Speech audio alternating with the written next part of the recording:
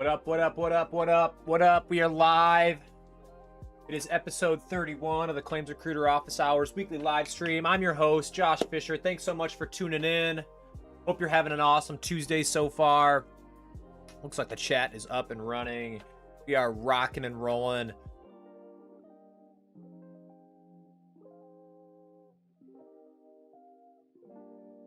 Just tuning in or tuning in for the first time. Go live every single Tuesday. The stream is brought to you by True Talent Group, the best recruiting firm on planet Earth. My name's Josh. I'm a recruiter. I work in the claims industry. And so this live stream is all about talking to people, saying hello, job seekers, hiring managers, anybody in the insurance ecosystem, anyone who wants to learn more. The show is for you. We hang out live here for an hour every single Tuesday. Chat about whatever, kind of open format. You want to say hello, go ahead and say hello in the chat. If you find any value here, hit that like button. It helps me quite a bit. But let's get right into it. Packed house, packed show today. I'm pretty excited about some of the topics I've got. But yeah, if there's anything you want to chat about, anything on your mind, resume help, interview help, all that fun stuff, totally open format. Say hello. Would love to hear from you. Drinking my coffee. I got my protein. Where I put it. Bummer. But yeah, my name's Josh. Thanks so much for tuning in. We got our producer Corey asleep at the wheel. There's my protein shake. Well, let's get right into it. We've got 3 trending topics today, and then after my trending topics, we'll get into just kind of Q&A, which is basically I put the questions that I receive in my DMs up on the screen, and we talk about them. Chances are if someone's asking me a question in my DMs, there's more people that are wondering the same things, so we can kind of work through those problems together. Love to hear from other people here too, get some other perspectives. But I posted about this last week online. I think this is just like one of the funniest stories ever. But I think there's a learning lesson here, and so we can talk about it. Y Combinator-backed AI startup is under fire after its founder offered instant interviews to party goers who got company tattoos, then apologized. So I would love to hear some other people's take on this, because I have kind of an interesting take probably. Basically, CEO of Y Combinator-backed startup Lemon Lime said in a now deleted LinkedIn post that 7 people took him up on his offer and got tattoos from the artist.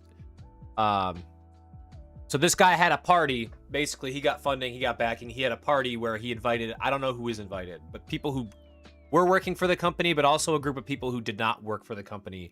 Sounds like some of these people maybe wanted to work for his company.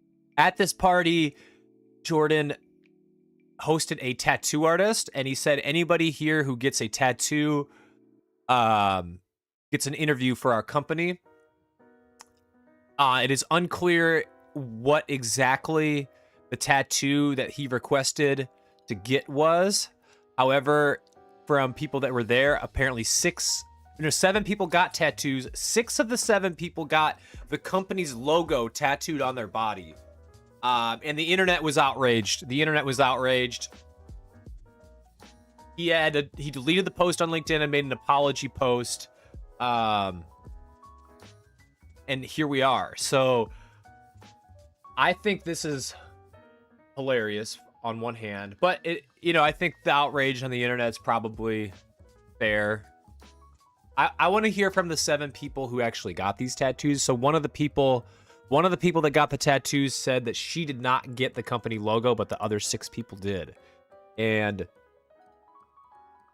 obviously there's a weird power dynamic. James in the comments says no regrets, seemingly referencing that movie. I don't remember the name of the movie. Ron Swanson's in it.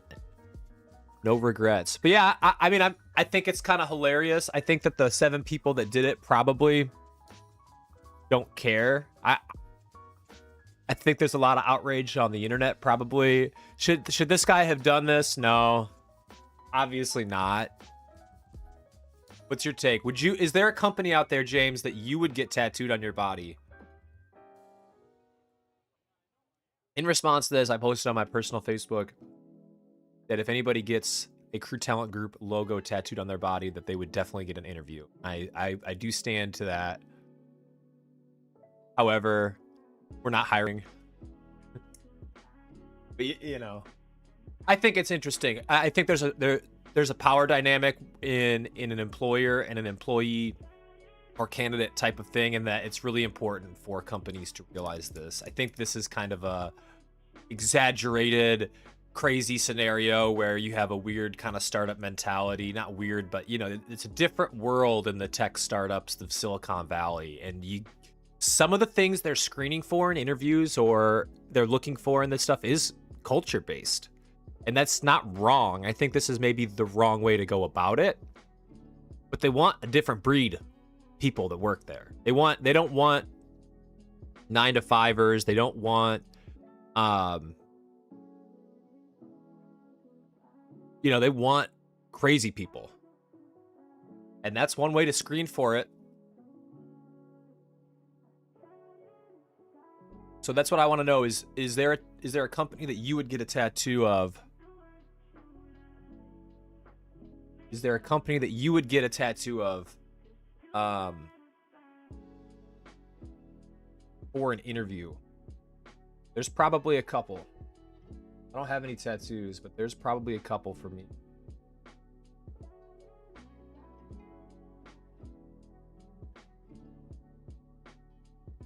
Couple shout outs here on the show. I just want to shout out a couple people in the network. I saw getting new jobs last week. Shout out Joy Lynn. Shout out Barry. Congrats on both of you for accepting new jobs, getting new positions. I got the little trap horn.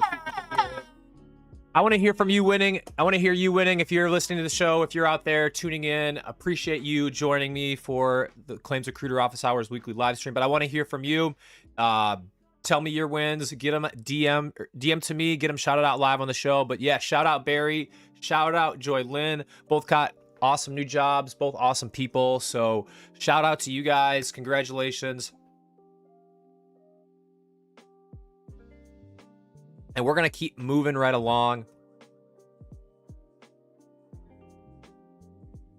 Another trending topic is the Workday lawsuit. And we've talked about this a little bit previously. I think there's been some kind of interesting new developments. I think this is something that is important in the recruiting world. If you don't know, Workday, the organization, is being sued from a class action lawsuit in 2023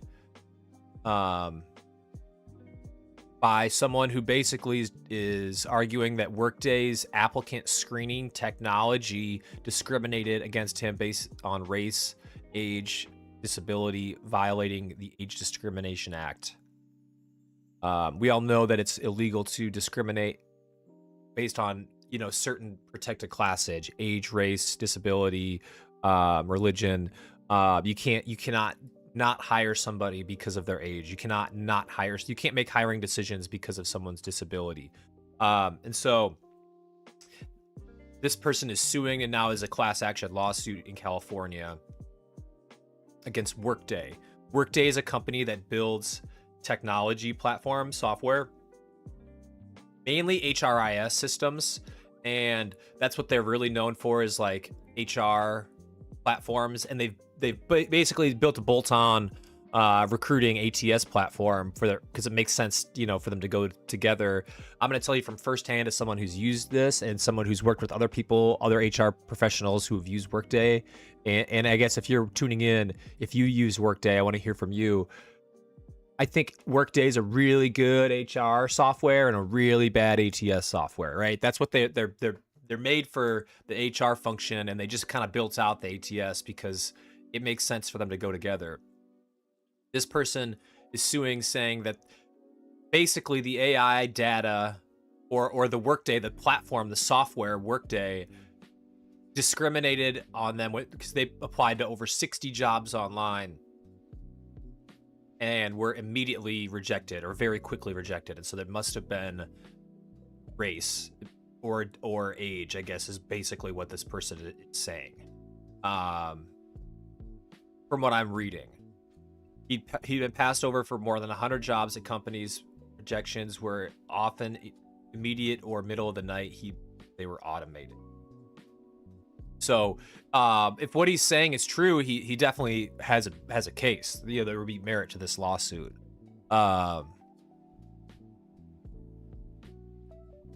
think another thing that's really interesting about this particular lawsuit is it's not the company getting sued. It's the software platform. So basically this person Workday isn't looking to hire them. Workday is just the platform in which their job was posted on.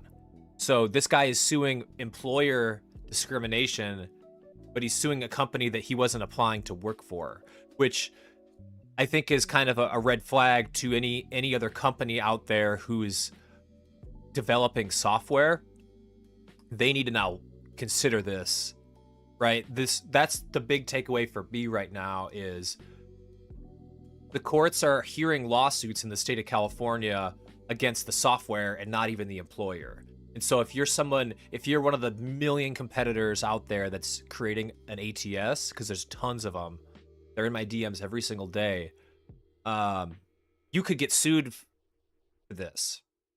And so one of the things I talk about over and over is when you're building a resume, when you're trying to talk to a hiring manager, or when you're online looking for jobs, you want to build this for the humans, not the robots, because the human beings are the ones making these decisions. Well, this is kind of saying the opposite. This guy is suing, basically saying that software is doing it. And what I would say is it kind of furthers the gap, proves the point a little bit more that this is what happens when you leave the decision making to robots.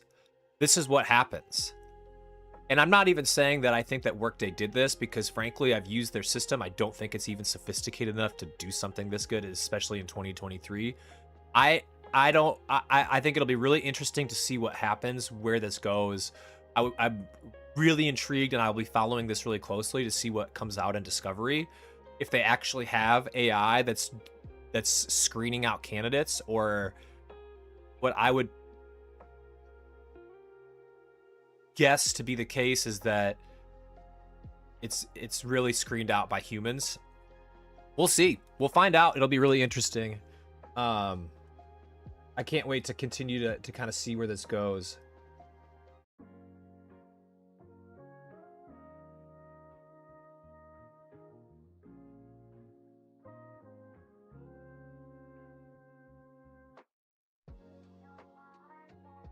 Yeah, I've used Workday. I'd be really curious if anybody else has used Workday as an ATS platform, what their thoughts on it. One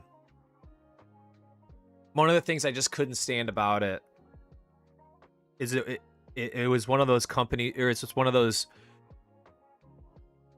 they require all these fields. And so one of the big complaints that you get from people that use Workday is that the applications are way too long, and it makes you put in your resume, and it makes you refill out all the fields. And the reason is that they're an HR platform and they're not an ATS. So they want all these fields for their HR platform. So then if you get hired down the line, you don't have to fill it out again.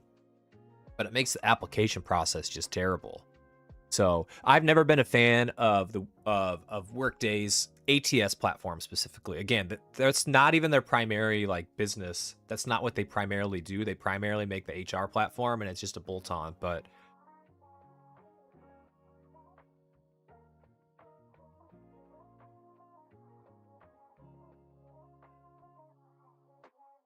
and then my last trending, and I probably will spend a lot of time on this because it's really something that's been on my mind. It's just fire season. I made this post on Friday.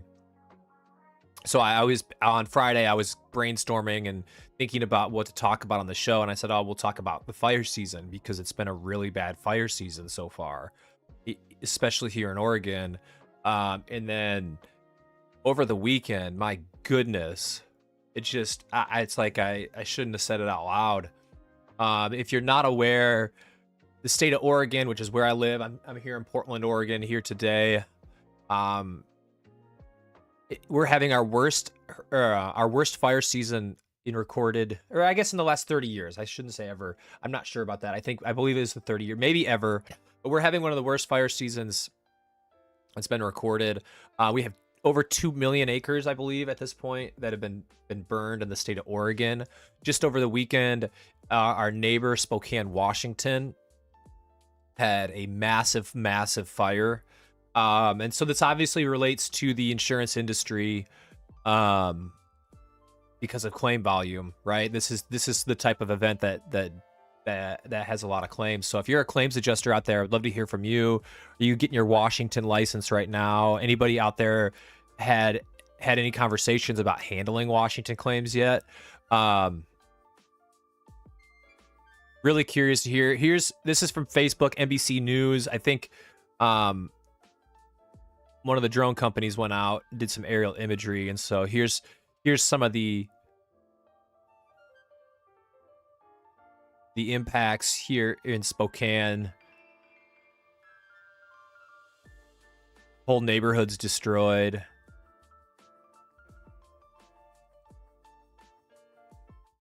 It's pretty crazy to see this.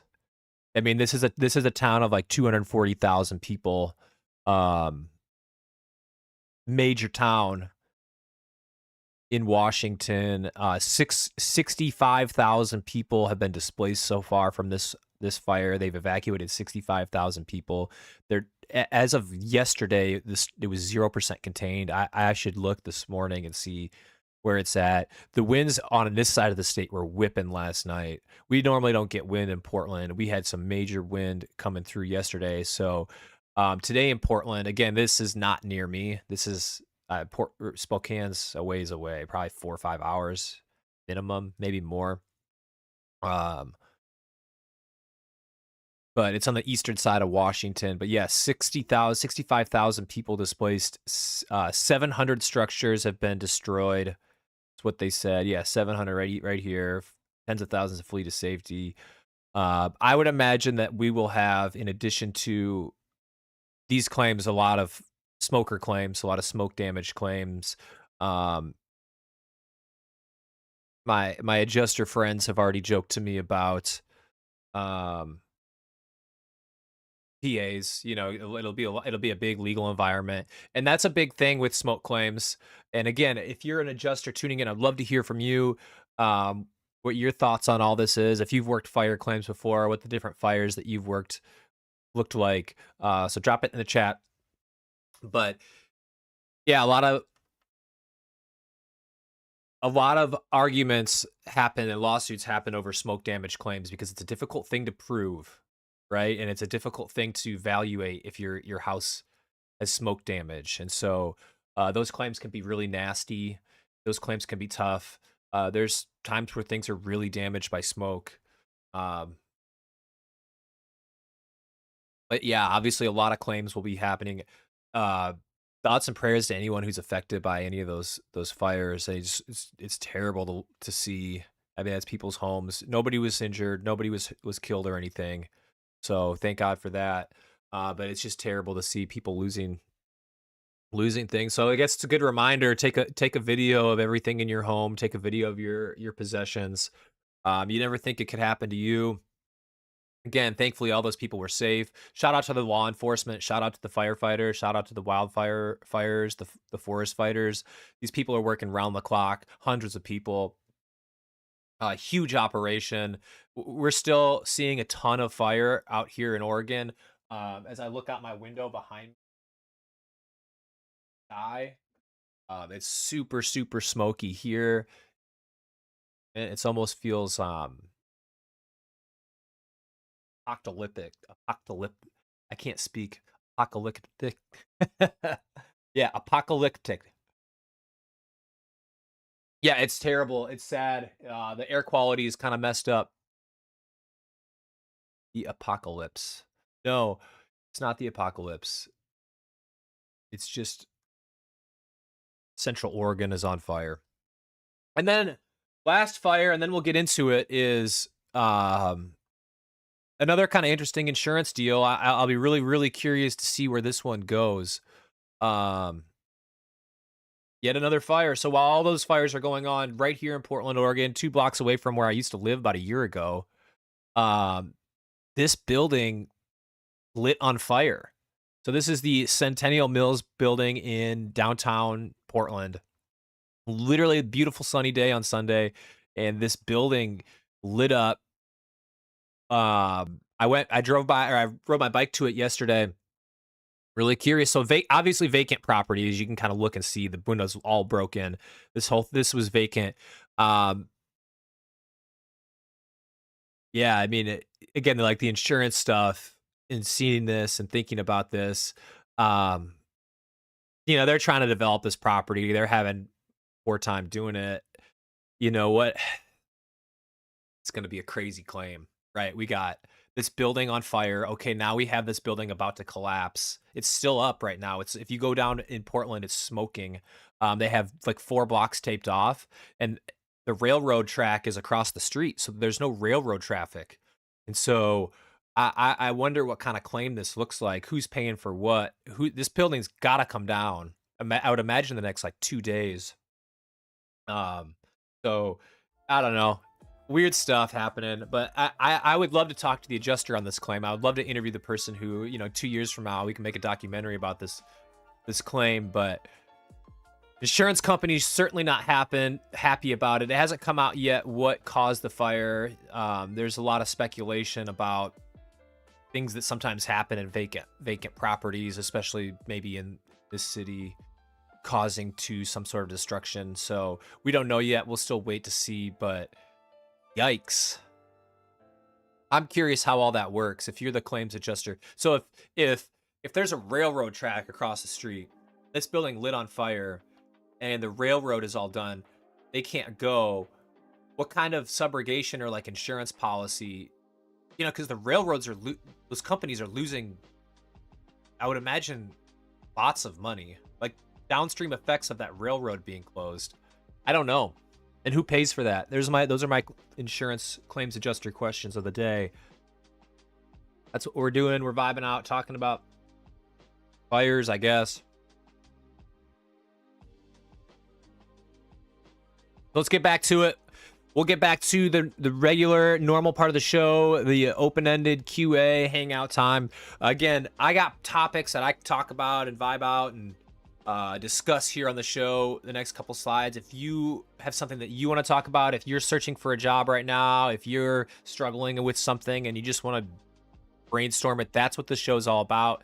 Just like it's my office hours. I open up my office 1 hour every Tuesday. Again, my name's Josh. We're just doing it one day at a time. We got our protein shake in one hand.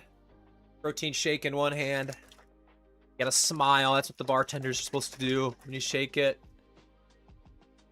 My BPN protein with banana flavor.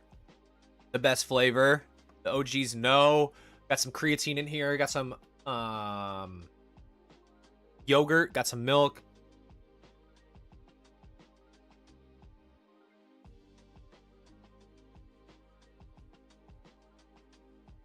Just start the day with 60 grams of protein. The absolute best way to start the day. Cup of coffee, 60 grams of protein. And then we stream live on whatever we stream live on. I'm trying to stream live on a couple more platforms. We'll see if that happens. I hit the TikTok button again today. We'll see if it worked. I doubt it. It says we're live on TikTok.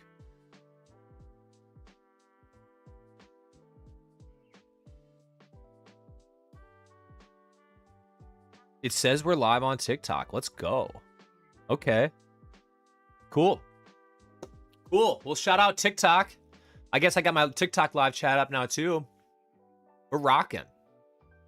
Shout out TikTok. 16 views. Super cool. Well, let's keep rocking here.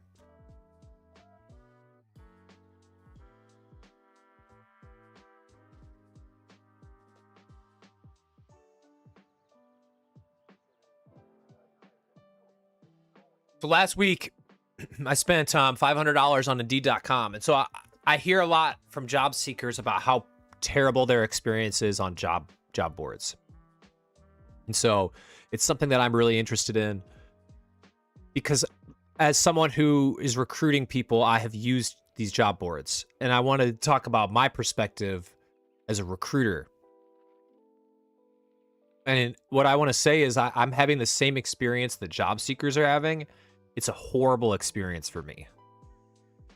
So last week I have an open job that I'm working on, and it kind of made sense. The company hasn't really posted it.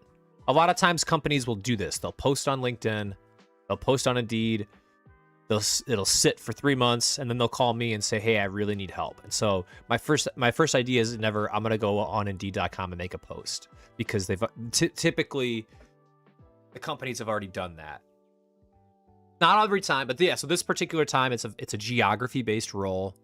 It means they're going to have to go into an office, and the company had not posted this anywhere. And so I thought this would be an interesting kind of use case. Let's see. I haven't done this in 2 years. Let me see if anything's changed. So I posted it on Indeed.com. I put $500. The way that it works is it doesn't take $500. It pays. You have like a daily budget. You pay Indeed.com, and basically what it's doing is it's pushing it up the algorithm. So your job is higher up. And then every time someone clicks on your job, it costs like, it's like, I don't know exactly how, but so I set like a budget every day, and I put it at like $40, $50, I don't know. And then I put it for like 10 days. And so some days it's a little bit more, some days it's less, I don't know. So they pay, basically what I'm trying to say is they pay, they charge you sponsor dollars for when someone clicks, and there's something correlated to that. So anyways, I put this job up last week. It's been up for 7 days. I put $500 of Indeed ads. I've received 27 applications for the job. This is a claims manager role. It requires a deep understanding of complex GL claims. So you can't, and I put that in the job description very clearly. This person needs to have, I don't remember exact the words that I use, but I think like a deep understanding of complex GL claims. Not a single person that applied to this job has any GL experience, has never handled a GL claim. And it was only 25 resumes, 26 resumes or so. So it didn't take me long to go through it. I mean, probably it would take me about 10 minutes to go through it. But that's what we're doing on our side. People are saying this experience is terrible when I'm applying to jobs. I never hear anything back. And so that's kind of my question from my perspective.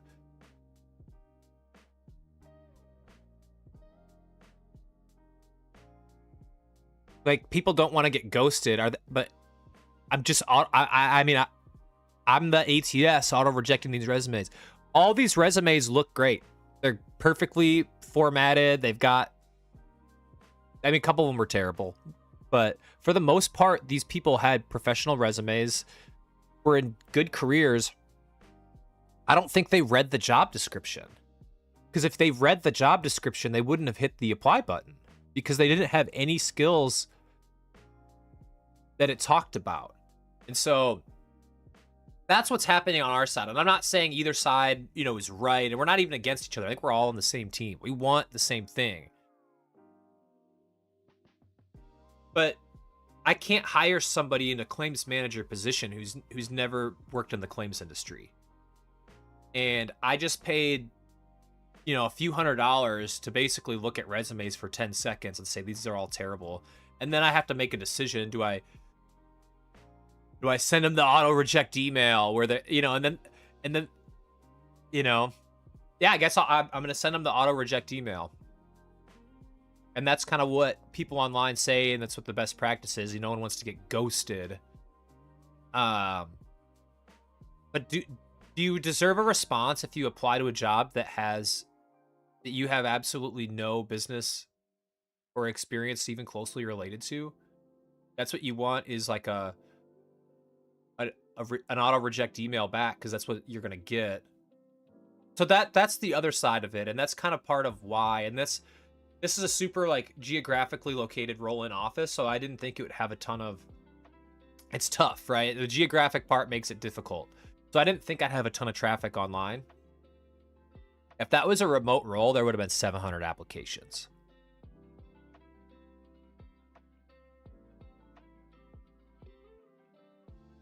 So that's why I don't use Indeed.com. That's why I think it's a terrible experience. I don't think that it's working. And I think people that are on Indeed.com applying aren't reading a lot into what they're actually applying for. They're just clicking on jobs and applying for them. And I don't think that's an effective way. And so when I hear somebody says like, I'm having this horrible experience, and even like that Workday lawsuit, that guy applied to like 100 jobs in like 30 days. Like, it's a lot of jobs. I don't think there's 100 jobs that I could apply to that would make sense for me to work at. And so I guess the takeaway here, and again, I'd love to hear other perspectives. Tell me I'm wrong. I'd love to talk about it.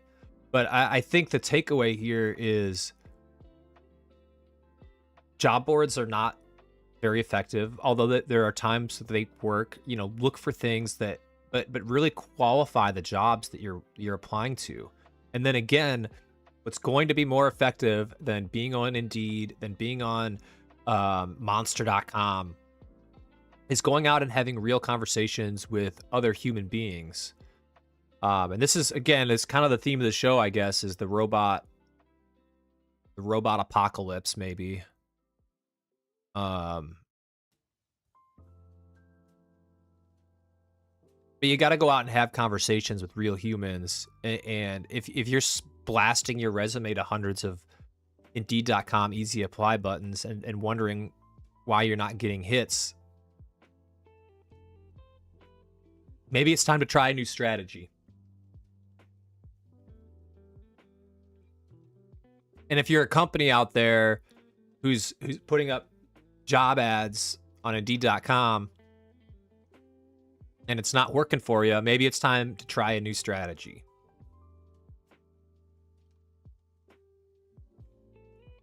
And if you're a recruiter trying to find someone for a job, California, maybe I need to stop spending money at Indeed.com. But we can all learn. It was fun. I'm gonna make some content about it, though. I should cancel it so I don't actually end up spending $500 on this. But it doesn't. I've hired one person off of Indeed.com, and I'll be honest, it worked out great. I've been a part of hiring probably over 1,000 people. Yeah. I mean, just Michael alone. I mean, the hurricanes, yeah. So probably over 1,000 hired teams that I've been on, at least, have hired thousands of people. And I can trace one person that I hired to Indeed.com. And maybe he's listening to the show. Shout out Chris. Shout out Chris. He's crushing it too. He's still there.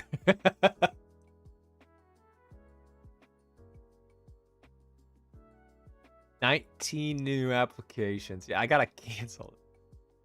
And this is okay. So here, let's just do it. Let's just do it. Do it. Accounts receivable.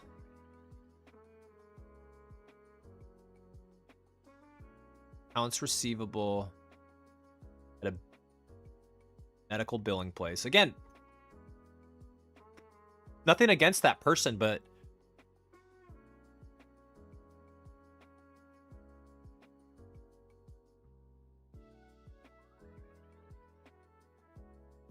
general manager.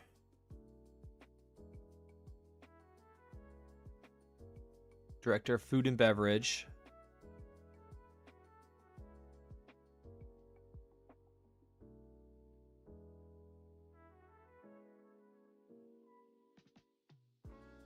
contact center supervisor. So aligned, but not. And this is me spending 6 seconds. Small business loan project. Yeah, like car manager, collision estimator. Boom, boom, boom, boom, boom. That's what the experience is like for me. Boom, boom, boom, boom, boom. That's when you read these articles that say 6 to 8 seconds is all you need. It's not they're going down and saying, oh, you worked this storm and you worked this line of business. It's literally, I'm looking at a resume. Do they work in the correct industry? Okay, no. Boom, boom. It's easy as, are they licensed sometimes? When you're in claims, it's sometimes just licensed. Are you licensed? No. Licensed? No. Licensed? No. And 90% of resumes get weeded out within the first 6 seconds. So that's the flip side. That's the flip side. And then it's like, you get all mad. People get super mad online. Oh, I applied to 100 jobs and I was rejected immediately.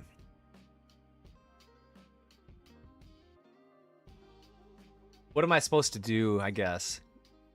No one's having a good experience from my company. And this is where it all goes back to me. Is I put this job up as a confidential job because it is.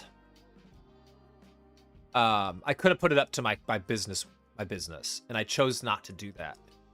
And the reason I'm choosing not to use Indeed in the future, and I chose not to do that, is because at the end of the day, I think it's a bad experience that people have specific to your company.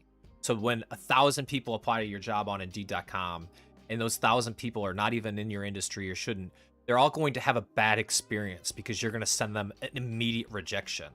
And is it worth that bad experience for 800 people to maybe find one?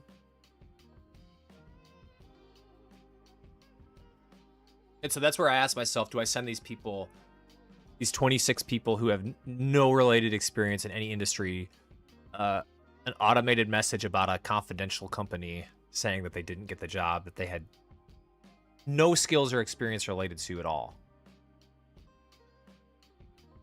Let me know in the chat what you think. I'd be really curious. I think I'm gonna send them something.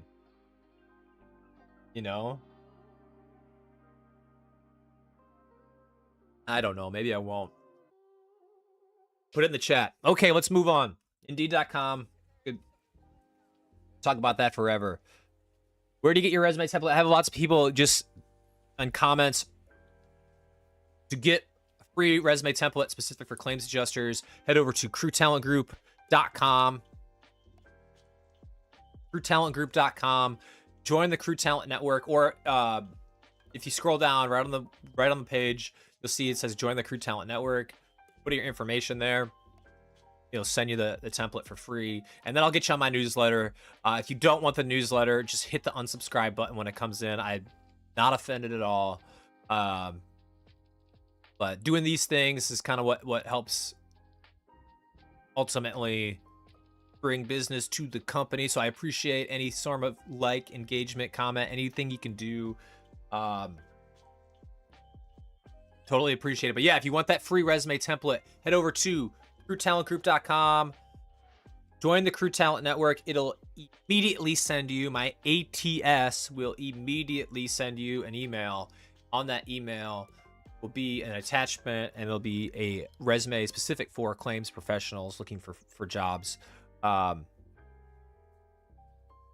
a whole little packet of things that you can do to optimize your job hunting experience, your job finding experience. I have a little PDF packet that talks about things like updating your LinkedIn, how to make yourself more searchable online, how to get more interviews. So do all that fun stuff. If you're job searching, it's also how you get on my radar for jobs like this one in California I'm currently working on. So my name's Josh. I am a recruiter. I work in the claims industry. This is the Claims Recruiter office hours, where I open up my office every Tuesday for 1 hour. We talk all things jobs. Our goal is, I guess, to help 100 people get jobs in the year 2026. See, down right on this side, right here. You can see we're at 28. That's the Road to 100 ticker. Okay, let's see what else we got.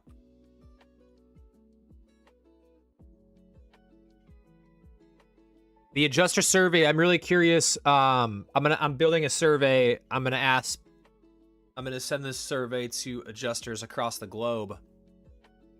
Across the US. Globe. Questions like how long they've been in the industry, what they look for in companies, what they're interested in when making a move, what's like most valuable to them, things like compensation, benefits, all those types of questions. If they're happy at their current job, things like those types of questions. And I'm curious to kind of see some of the splits in terms of how long someone's been in the industry, what their general outlook. One of the questions I'm going to ask is, would you recommend to someone new to come into this industry? Really curious to see like what the different experience levels would say. Yeah, I'm curious. I guess if you're tuned in, if you would be interested in hearing any of that information, if there's adjusters out there, would you take the survey? Totally anonymous. You don't have to put an email. You can do it on an anonymous browser. You can put your email at the end, and I'll send you results. I'll talk about the results here on this live stream. But I'm going to do this survey hopefully sometime this month. We're going to get this out to lots of adjusters, hopefully some really good input, and talk about some interesting information that we learn.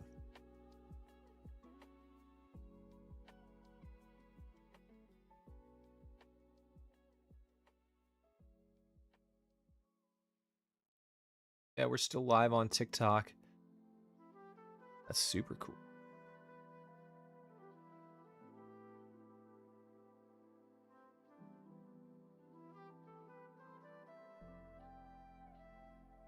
Super cool. Okay. I have one more topic. Craziest KPI. Let's hear this one. If you're tuned in, if you've made it 47 minutes into this, thanks so much for tuning in. First off, I appreciate you. And then second off, let's hear your craziest KPI.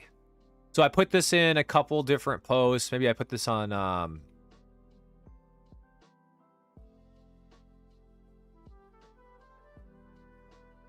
LinkedIn, and I put this on TikTok, which we're live on, by the way. Shout out TikTok. Let's go TikTok. I'm thinking I just pull this up quick and read some of the answers right here on air. I would be really curious to hear if you've ever had like a wild KPI, or like a normal one. I don't know what's like a normal KPI. So if I'm curious, I guess from an adjuster standpoint, what are some of your KPIs? I've had some kind of interesting KPIs. See if my camera can focus in here. Seems to be struggling. What's the craziest KPI, key performance indicator KPI? Usually a statistic in which like you're measured on. What's the craziest KPI you've ever been measured on? I'll go first. I once had a 5-figure bonus tied to adjuster cycle times. I was at a company very, very briefly. It's not even on my LinkedIn. And I was a recruiting manager for that company. And one of the things that it was in my contract was they would give me a $10,000 bonus if the field adjuster cycle time was like 10 days. And the current cycle time for like a field adjuster was like 19 days. And so they offer, whatever. And I was like, I'm not gonna, I looked at it and I knew that it was first off, it was unattainable and ridiculous, but it wasn't like, it didn't make sense for me to argue this. And so I didn't negotiate it at all. I just left it. But I basically saw that, had a little giggle. And and then recruited desk adjusters primarily. Like it was this, but yeah, it's like I had a KPI where I had a significant amount of money attached to this KPI that had absolutely very, very little to do with what I could actually, right? I don't have any impact on who gets assigned claims, on what adjusters get assigned claims, on how, you know, any of that process or how they do their job. And frankly, there's so many things that can affect, I don't know. But yeah, to get it from 19 to 10 as a company, and to have that in an individual contributor in basically a different department, you want it. If I'm being measured on my job, you know, and you're creating KPIs for my job or any job, they should be things that that person that they're doing directly has control over, right? So if part of you're trying to say is, okay, if you recruit more people, then we'll have enough people, and then we can, or, you know, we're all working to this common goal. Break that down a step further and say a KPI for a recruiter might be how many days open a role is. If you have a rec and it's open for, you know, we want your average rec to be filled within 25 days. That's a KPI that I have control over. And sure, there's certain things where I'm not going to find your North Dakota adjuster because there's 3 of them there. And, you know, those types of things, you know, it still makes sense. But to have a KPI for someone that has something that has no control over what they're doing makes no sense, and it's kind of hilarious. How much actual time on the phone with people compared to the ridiculously arbitrary standard the company had set for every phone call? Because every single phone call and claims is exactly the same. Oh, and how long I stayed at post-call follow-up versus how long they thought I should stay in post-call follow-up. Systems that capture this data were incredibly buggy and inaccurate, so I'm being measured on things that don't really matter by a system that doesn't actually work accurately. And then they wonder why we get burnt out. So, I mean, I laugh. I shouldn't laugh because, again, that's terrible. But yeah, I've heard these metrics before, is like phone call time and then post phone call time. And I've never been an adjuster, so I don't truly know. Again, I'd love to hear from you if you're a claims adjuster. Like, this KPI stuff, it's so interesting to me. But what's a crazy KPI that you've been judged on? That seems crazy. I had a time where we weren't necessarily like had KPI, but our manager looked at like our call times pretty significantly. And super cool manager. I think there was like value in her looking at our call times because we were kind of in a call center environment, and it comes from someone who hates being on the phone. I think there was a little bit of value, but there was a while where they kind of looked at like our call time. And it was basically they were asking us to do these check-in calls. So we had a deployment roster, and we would call and check in with these people. And we would call and check in with like 1,500 people a month, you know, between 5 or 6 people over weeks. You know, it's it's maybe 100 calls a week per person. So not crazy, nothing insane, but more calls than I would like to do. But yeah, they were like looking at how long we were on the phone, and it's like, well, you want us to call and check in, but you don't really want us to talk to these people. So like they wanted us to have these like really quick phone calls and just like get on to the next one. It was like, what was really the value of this phone call? So that was interesting. But yeah, phone call metrics are always kind of like, always seems to be a thing. Now that I'm out of it, I'm like, okay, like I get it. I understand. And I think my boss went about it the right way. And it was something we were all kind of groaned about, but it did provide value. And I think one of the things I hear from adjusters now is like, oh, they don't have relationships with these firms. Well, that was our company basically saying we want to build relationships with our adjusters. And there was value in that. And even though I hated doing it because I basically was calling someone to be like, oh, are you available for a job that I don't have? Great. Well, yep.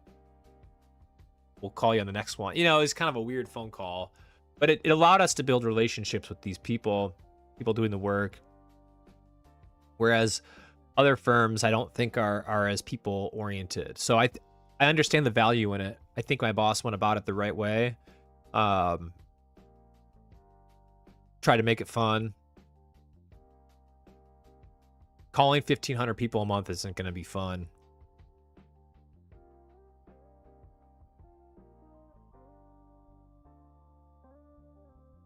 Call handle times. Although it averages out, there could be times where more complex or multi-vehicle claims, the intake person did a poor job and they just took longer. The other ones was the rate of reaching the third party. This is hilarious. Yeah, rate of reaching the third party. The third party never wants to answer unless they're the victim, so it's a really hard metric to meet.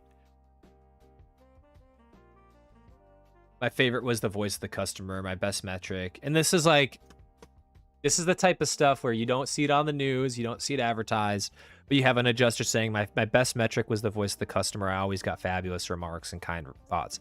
Like, insurance companies do want to keep their customers happy at the end of the day, and that's a big part about being an adjuster. And I hear people sometimes complain about those metrics, but I think they're important, and I think it makes sense why they do them. And it's, as long as it's achievable and like there's some understanding that there's some customers that will never be happy given the nature of what's going on.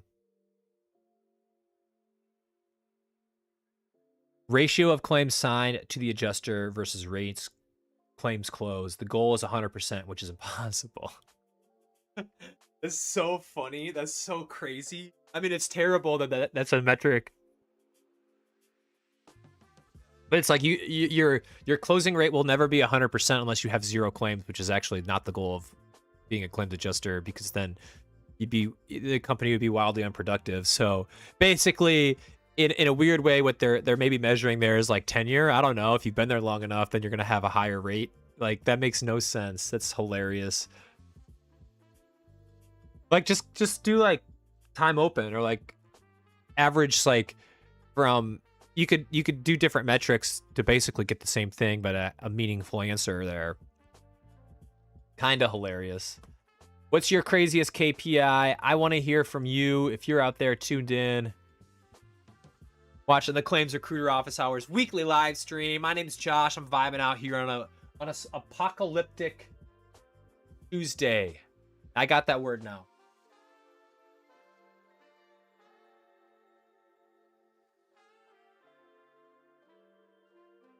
Milk mustache. Don't even care. Got a bug bite on my face today. That's not flattering. I'm having a great Tuesday. I hope you are too. It's been a great week for me so far. Awesome Monday, awesome Tuesday. We're going to keep crushing this week. We're going to get we got 14 miles of bike ride in yesterday. We're going to get some running in tonight. We're going to stay active. We're also going to crush the work day today. Planning a trip out to see one of my clients. Hopefully, trying to crush social media, trying to bring some new ideas to this live stream, potentially having some guests here in the next month. So that would be really cool. Looking for candidates. My open job right now, if you still made it this far, I'm looking for a claims manager in the state of California, specifically the Orange County area. So if you are a general liability adjuster who's crushing it, who's looking for that next step, we kind of have like a supervisor / claims manager kind of depending type role here. And so really, really awesome opportunity. If you're grinding a desk out there somewhere and kind of want to do something different, have some more responsibility, get a little bit more into the world of risk management, manage some people, but also still handle some interesting stuff.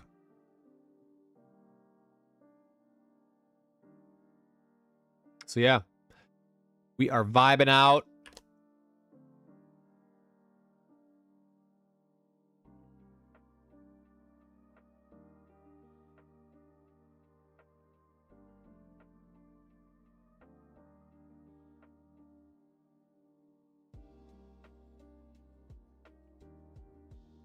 Last question of the day. Again, if you are tuning in, this is the Claims Recruiter Office Hours weekly live stream. Slow Tuesday here on the stream. That's okay. We went live on TikTok yesterday.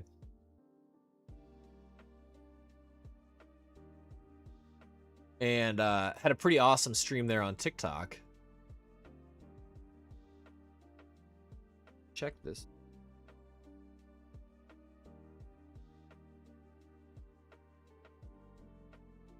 But yeah, I had a pretty awesome stream live on TikTok yesterday, so we'll probably start going there a little bit more. If you're on TikTok, go ahead and check me out, Josh Fisher on TikTok. Been going live in the afternoons. I think we're live right now. Not 100% sure. Not entirely sure how that's working.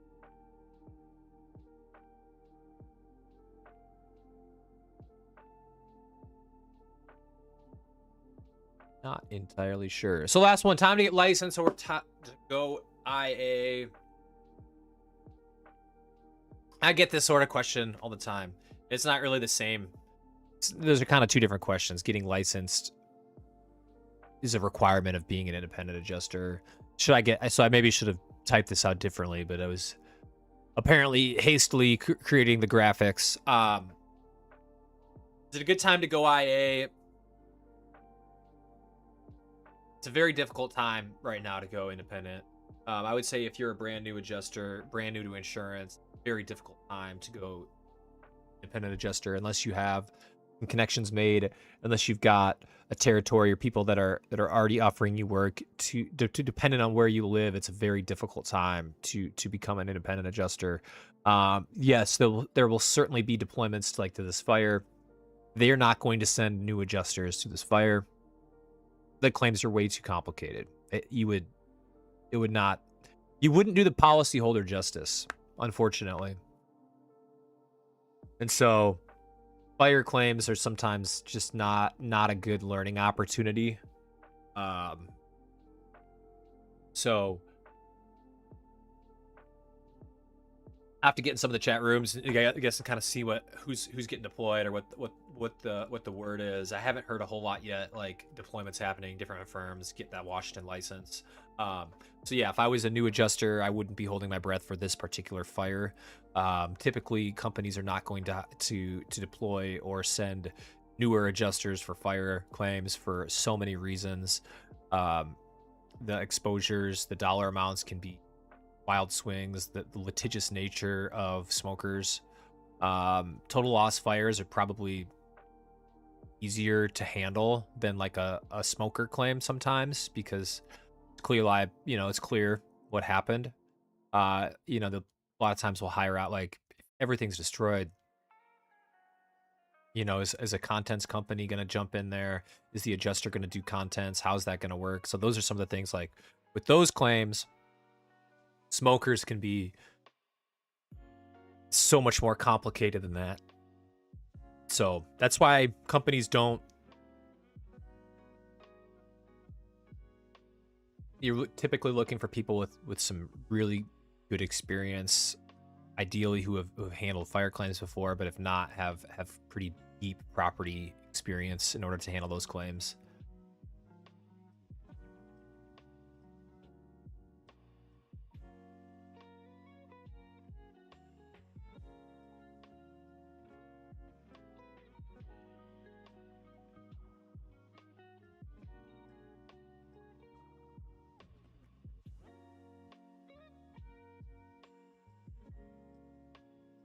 Okay.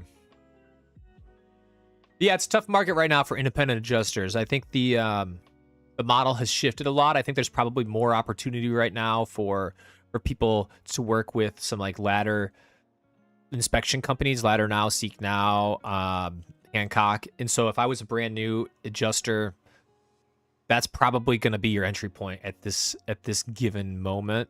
Not to say that can change and you can go get your license and stay ready, but that's probably a good way to get your foot in the door, and to do some inspection services as opposed to being a full adjuster at this time. Probably where you're going to have more luck. But not impossible.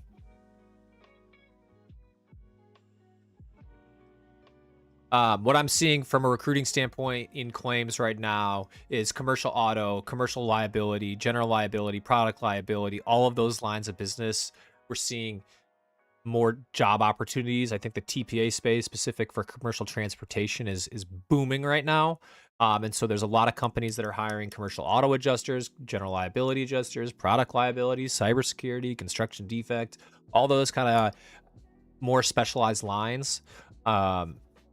where it's not, a property damage claim, or it's not a personal auto claim. It's sometimes a little bit more complicated, a commercial policy, complicated liability, bodily injury involved.